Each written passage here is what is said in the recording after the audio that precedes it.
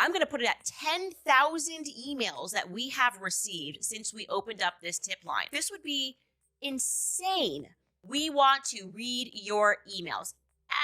Absolutely not. She knows we're going to say you can't read that. She just continues to ask for more and more because she can't find any evidence. Blake Lively is in complete breakdown following Candace Owens revealed a single, startling name live on television. Supported by more than 10,000 incriminating emails, PR sabotage that was revealed, and rumors that in some way, Taylor Swift's father is involved.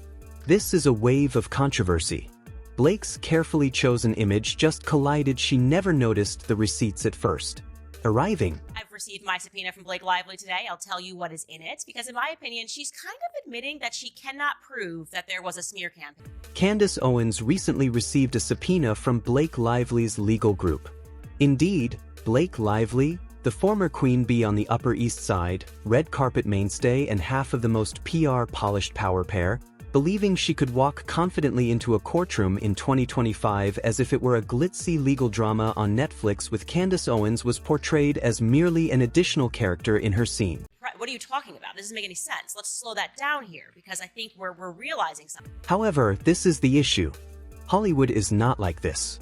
Moreover, she doesn't play side, Candace. Characters. What came next wasn't only a rebuttal. The demolition was lawful. Candace didn't just answer the subpoena. She made it a public event. Spectacle, undermining Blake's argument piece by bit till the entire thing appeared to be a poorly written script. I needed to work through what her request, because there's something very weird here. The subpoena was dropped like a twist in the plot, presented live on camera mid-shoot. A server that had been processed came, with all the charm and warmth of the South, smiling as if he were passing a fan. He was a devotee of mail. Straight-faced, he declared to Candace, "I'm a huge fan." Gave her a paper that was intended to down. You were unable to script it all. The part of this subpoena that I'm about to show you, which I wasn't expecting, is the requested timeline of a documentation that they'd like, okay? This is page 9 of the subpoena. It's a lot of blah, blah, blah, a bunch of words. I'm not reading this whole thing. The most astounding aspect about the subpoena, which genuinely surprised me guard, is the documentation timeline. They have high expectations. Alright, this is page N of the subpoena. Most of it is legal blah. More words, more words, more words. I'm not reading everything, except the request itself is wild. Request concerns the time period from May 1st, 2024 through to present. Candace might have simply thrown the putting everything aside. Nope. She unlocked it immediately, and by the time she turned to the 9th page, and everything changed. At that point, things changed from hilarious to utterly insane. When I subpoena people, you're going to need messages that took place before you filed the lawsuit saying that it already happened. But look what they're doing here. They're extending that. Why would you extend it? There's no way that you could extend it because it already happened in the past. Due to Blake Lively's legal teams by Michael Gattel, who is now notorious, wasn't merely asking for evidence. No, they were requesting that Candace surrender each and every text, message, and email, smoke, signal, and perhaps all of them Blake Lively's tweet about going all the way back to May 1st, 2024. That I have a source, because I'm the one that revealed that it was Scott Swift who teamed up with Baldoni. Let's take a moment to do some math. The legal action was submitted on December 20th, 2020. Indicates that they were requesting evidence of a smear campaign that, on their own timeline, had already taken place. However, in some way, they also want access to months later, Candace's email. Makes sense of it. However, this is what I forgot. Candace Owens is not frightening. Simple. Probably going, oh, who sent that to her? Was it Taylor? Are Candace and Taylor friends? Is Taylor trying to undermine me? This is a fishing expedition. That's what it is, a fishing expedition, because she wants to know now who's talking trash about it. Since nothing sends a Hollywood PR, to be honest. Machine into cardiac arrest more quickly than a errant truth bomb. Additionally, Candace Owens, instead of simply dropping one, she nuked the red carpet. Yes, Scott freaking Swift, Taylor Swift's father, who is most recognized for loitering covertly backstage during ERA's tour displays and very likely providing food to security, was abruptly exposed as an purported backstage general in a vicious PR war against Blake, America's beloved vibrant. and not by an unidentified Reddit user Candace Owens' live broadcast of troll, no flinch, full voice. Sloppy. I think that's legal strategy, is to get these people like me and Steph with the Deeds to say, we're not giving that information, so they can go, oh, look, something is happening. No soft rollout, either purportedly or perhaps maybe just blast. Scott Swift is supporting Justin Baldwin in his conflict with Blake. Additionally, if you pay great attention, you could almost hear advertisements from Los Angeles yelling into their smoothies made with collagen. It's everyone. Everyone dislikes you because after Brian Friedman dropped the receipts, we all got invested and we're covering this organic. Now, what caused Blake's team to enter DEF CON 1? Simple. Since nobody else had it. Not Page 6, not even TMZ Variety's 16 unidentified sources near the issue. Only Candace. Moreover, do you understand what that means? Someone spoke. And not a valet or a frozen Ryan Reynolds yogurt server. This was access at the insider level. Actual unpleasant and difficult access. Taylor's father has access backstage. Moreover, the floodlights had come on. The curtain was raised, and the entire process was revealed like the climax of a B-list performer. Campaign happening against you now? Yeah, we all read your words. We read your messages, we read your Khaleesi Dragons, and we're kind of sickened by the way that you bullied Justin Baldoni. Like, we read it, and we feel passionate about this case, and we're teaming up in the way that every parent and mother and woman and child that has been following this just wants to see justice brought to Justin Baldoni. Blake's camp remained calm because it was incorrect. They became terrified since it was correct. No subpoena was submitted to protect her reputation. It was filed as a 5-alarm fire extinguisher blaze. A highly visible fire, to be sure. Candace Owens lit it with the accuracy and elegance of a demolition knowledgeable. Every piece of information that he wants leading up to when he filed this lawsuit. But obviously, we are going to assert reporter's privilege to protect our sources for how we got information about Blake Lively following her lawsuit being filed. I mean, common sense. Since, let's face it, this lawsuit was never about correcting the record.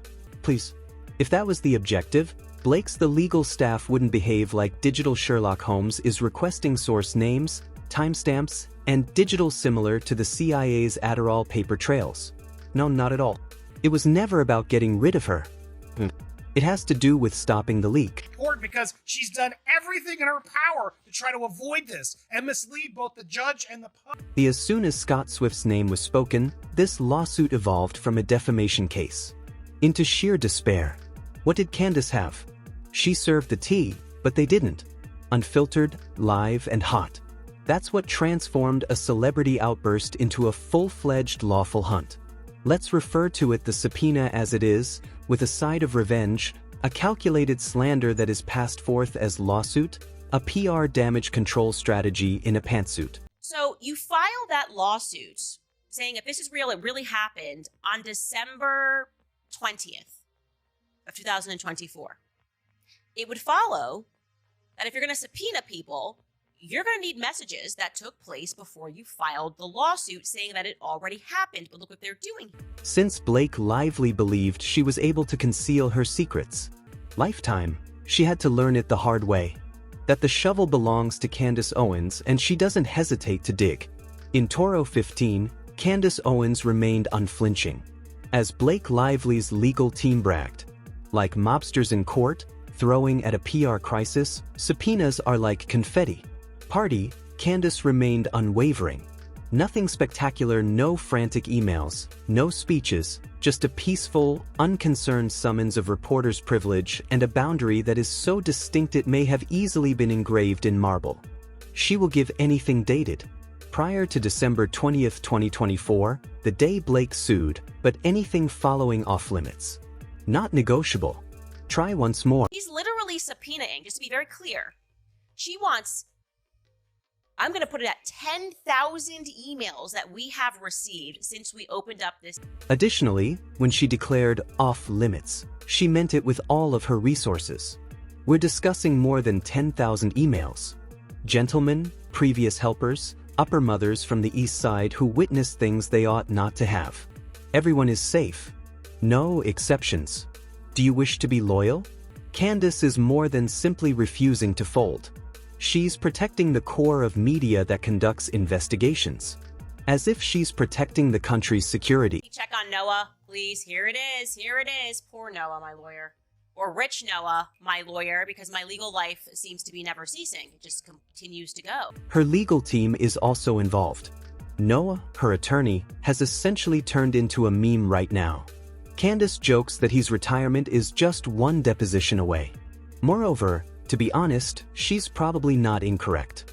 The out here, the man is avoiding Blake's with a cappuccino in one hand, a legal tornado despite several assertions of privilege in the other. I believe that the public is still stupid to comprehend what's happening here. This is effectively a PR strategy. Of course, we are going to say, we're not giving up all the people that gave us information. She knows that I have a source. Here's the real reason for the irony. This is a severe matter. Candace's actions is more than just avoiding judicial turmoil. It has to do with following the golden rule of journalism. Keep your sources safe, regardless. It makes no difference if it's a millionaire or a shampoo scandal attempting to change the past. You don't give the names of regular people, simply because a well-known person receives anxious. Since if you do it just once, whistleblowing stops there. That's the tip line's end. That concludes confidence between the public and reporters.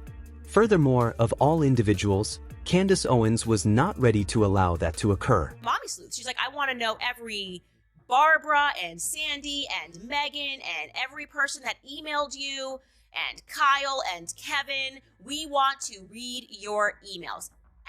Absolutely not. She knows we're going to say you can't read them. She made her position clear. You can run, shout, cover up, or serve papers. To the media wailing.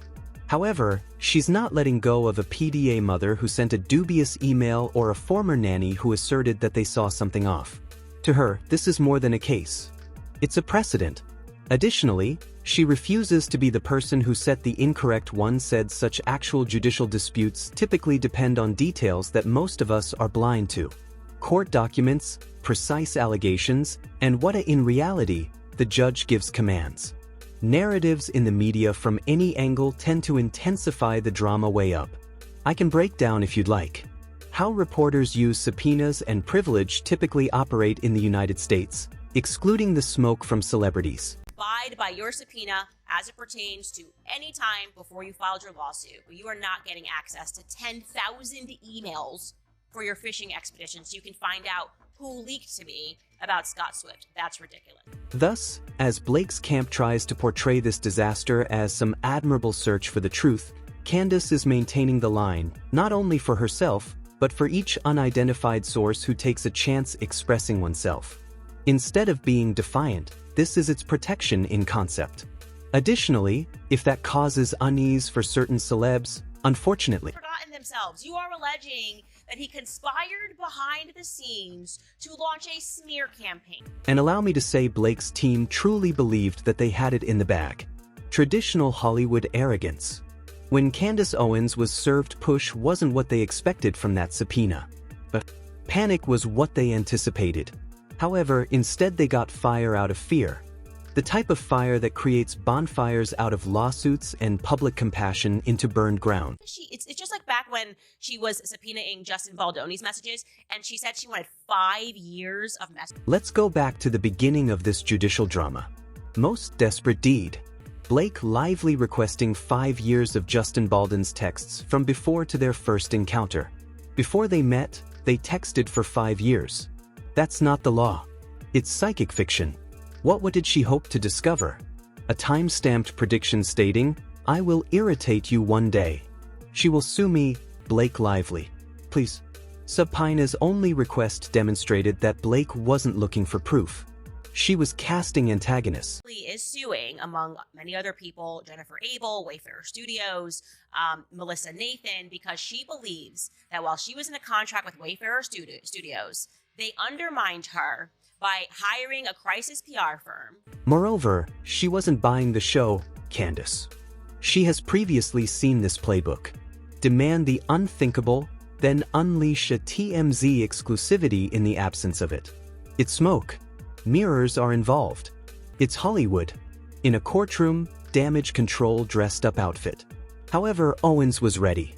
Moreover, when she contacted Blake's attorney, Michael Gattel is a moron who exists only for Coley will retract his claims by saying that he's genuinely a genius simply giving his chargeable hours. It was more than a jab. It was satire with a surgical twist. Because of what otherwise? Do you contact a legal team? They're sending emails out of desperation. Regarding hair care products? The strategy here is to ask for something that she knows that she can't get, so that when the party that received a subpoena says, no, I'm obviously not giving you every text messages dating back to things that I sent to my grandma for Christmas 5 years ago, she can go, see? They're hiding something. Something must be hidden. And this is the worst part. Blake's camp is busy going through emails about hair and aggressively and passively filing a lawsuit documents. The web has already sped forth, carrying its own receipts.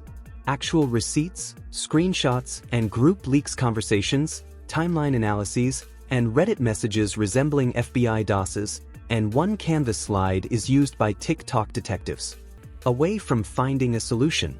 Moreover, in the center of all, those damning emails from Brian, an entertainment lawyer allegedly, Friedman displayed Blake's team making a concerted effort to undermine Justin behind the scenes. Baldwin fell like a bombshell. The reason why she's on this fishing expedition is so that she can create stories around what happened on set after she's viewed the video footage again. After those emails were made public, the court of public opinion is over.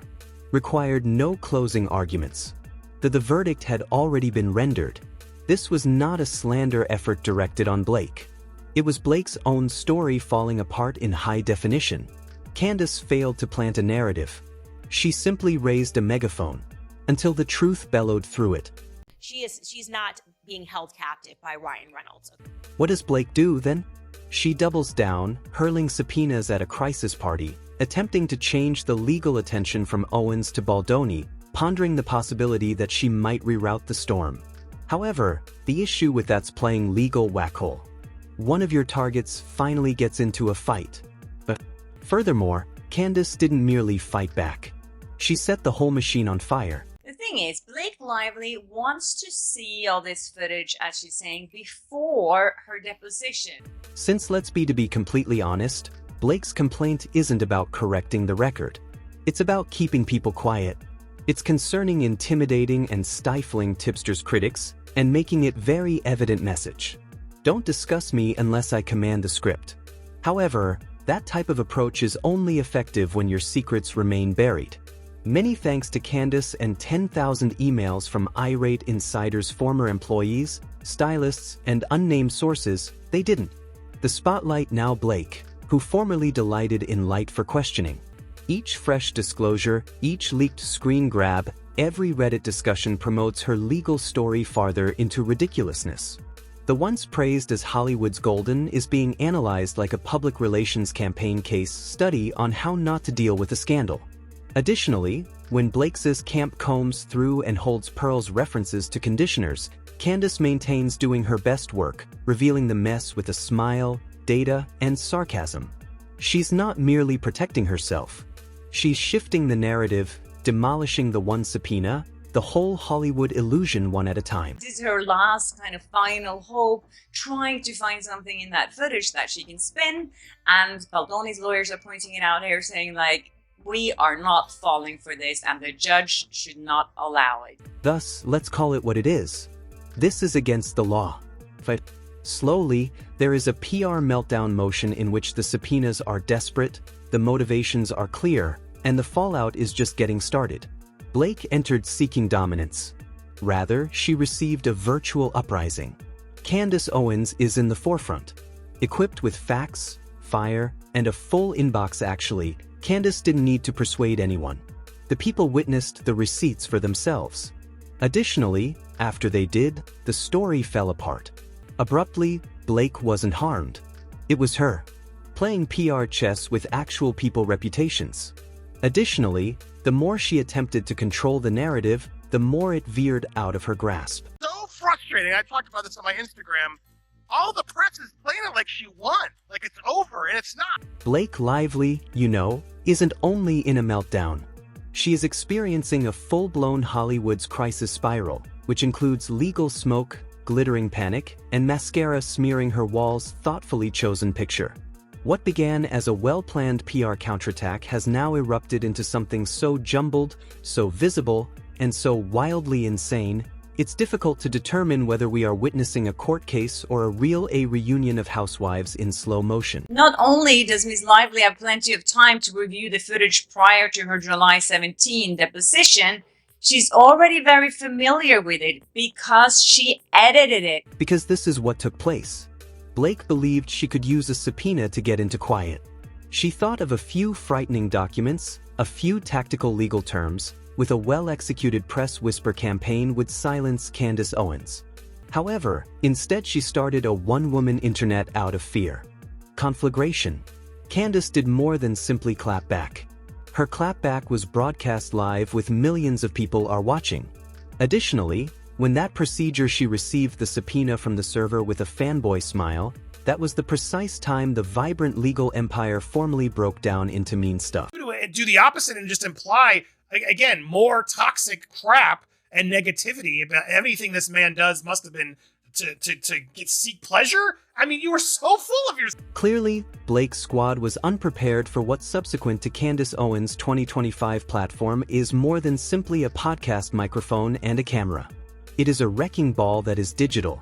More individuals are reached by a single live feed. 30 minutes as opposed to a full studio PR team can complete the task in 3 months.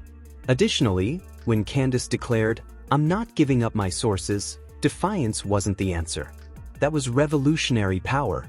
Each and every whistleblower, each former nanny, each intern who once brought a latte to a she was loudly heard by a famous person with secrets. And transparent. Blake might have anticipated Candace will give in to legal pressure. Rather, she was horrified to see the whole subpoena. Yes, it's all ridiculous. Online, shampoo-obsessed magnificence was shared. For everyone to chuckle at. Hair Blake really products? That's where your legal hat is hanging. That became a widely shared joke on the internet. Quicker than you can express. Free of sulfate scandal. Now, they expect all of us, including me, to just drop what we're doing and do it instantly. But meanwhile, they need more time. I need more time, Your Honor. I need more time, Your Honor. And this is where the actual collapse occurs Shakespearean. Blake didn't simply lose command of the story. She gave, "Here, I've wrapped it for Candace. Destroy me," as Candace was busy creating subpoenas. Exposing more than 10,000 emails in her inbox from insiders, tipsters, and online investigators prepared to reveal. The tea was crowdsourced and nuclear. The legal action was meant to frighten people into quiet. Rather, it brought them together as the avengers of online receipts. Tick timelines were created by talkers. Theory threads proliferated on Reddit. Text dates and screenshots. Everything spilled more quickly than a mimosa at a breakfast for celebrities. Unsafe. Being at Brian Friedman's office, and she's a big celebrity and she needs protection. I don't know how she's going to be more protected in his office than Brian Friedman's office. And right now Blake's once immaculate appearance is becoming shredded instantly. Her golden daughter reputation damaged. Her legal counsel faded into obscurity. Her cautiously controlled Hollywood image that endures through a thread. And even that is falling apart. The internet doesn't feel sorry for you. It's TikTok and popcorn for a snack filters because it's not 2010. It's insufficient to send out a news release and no longer hide behind a stylist. By 2025, impact lives on the internet, and Candace Owens has transformed her platform into a news studio, a courthouse, and a public square all at once. Additionally, when she stated that hit, "I won't hand over my sources," more difficult than a verdict.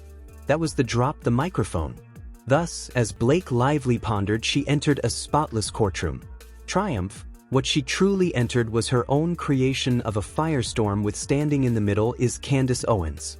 Igniting the fires with each virus clip. So defamatory. Like, that's what the media is taking it as. We are working with them as in a smear campaign. Blake's breakdown is now complete. The credibility of her team is damaged. Her public relations the playbook has burnt. And the entire planet is observing, not with sympathy, but in astonishment, inquiring, how could a subpoena over shampoo become the most disastrous celebrity collapse of the decade? She came to get Candace Owens and lost track of her identity.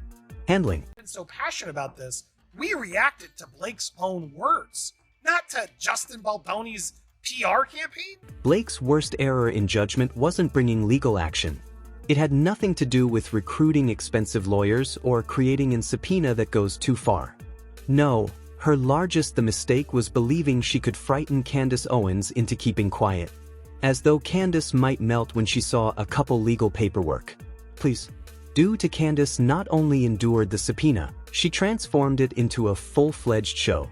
A master of digital class in what transpires when a famous attempts to use force on the incorrect person. As soon as that paper reached her desk, it didn't turn into a danger. It become disdain.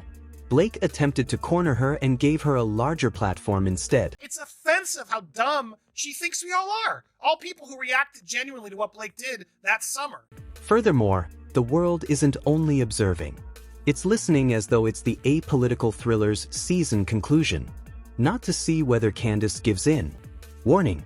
She will, but to find out who else has the courage to speak up. Because once Candace Owens, for example, plants her flag and declares, "I'm not giving it to you," it sends a shock wave, according to my sources, through each and every quiet watcher, tipper, and an insider who believed they were Blake attempted to shut one person down by himself. Rather, she struck a match and set fire to the story as a whole. Candace is now more than a pundit. She's become the voice of those weary of being removed. She opened that inbox. It's no longer merely a tip line. It's a monument to responsibility. More than 10,000 emails and counting. Furthermore, these aren't bot farms or spam. They are actual individuals.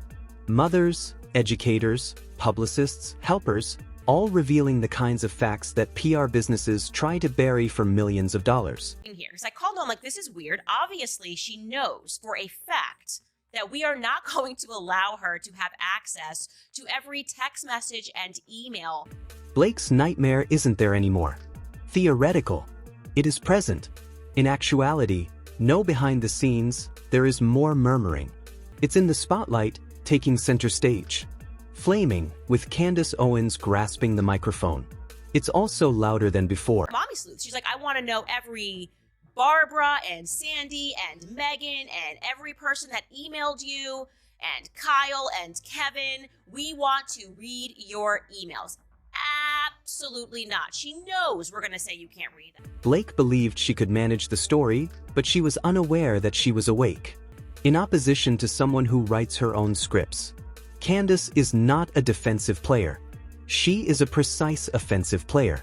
This fight wasn't what she asked for, but now that she is in it, she is rewriting the regulations in real time. And now for the part that hurts a lot. Not a bit of red Instagram filtered with carpet appearances narratives, or well-written press releases have the power to obscure a reality that's 10,000 emails have already been sent. Now that the genie is gone, Blake may subpoena each and every cloud in the sky. It will not halt the storm. Indeed, Blake Candace was underestimated. She believed that she could intimidate her into compliance. Rather, she provided her with the largest stage of the year. Now, the only query is, who will have the courage to take the following step? Since the truth is not emerging. It has a voice and is already present. Outro. Please remember to subscribe and like to receive additional updates.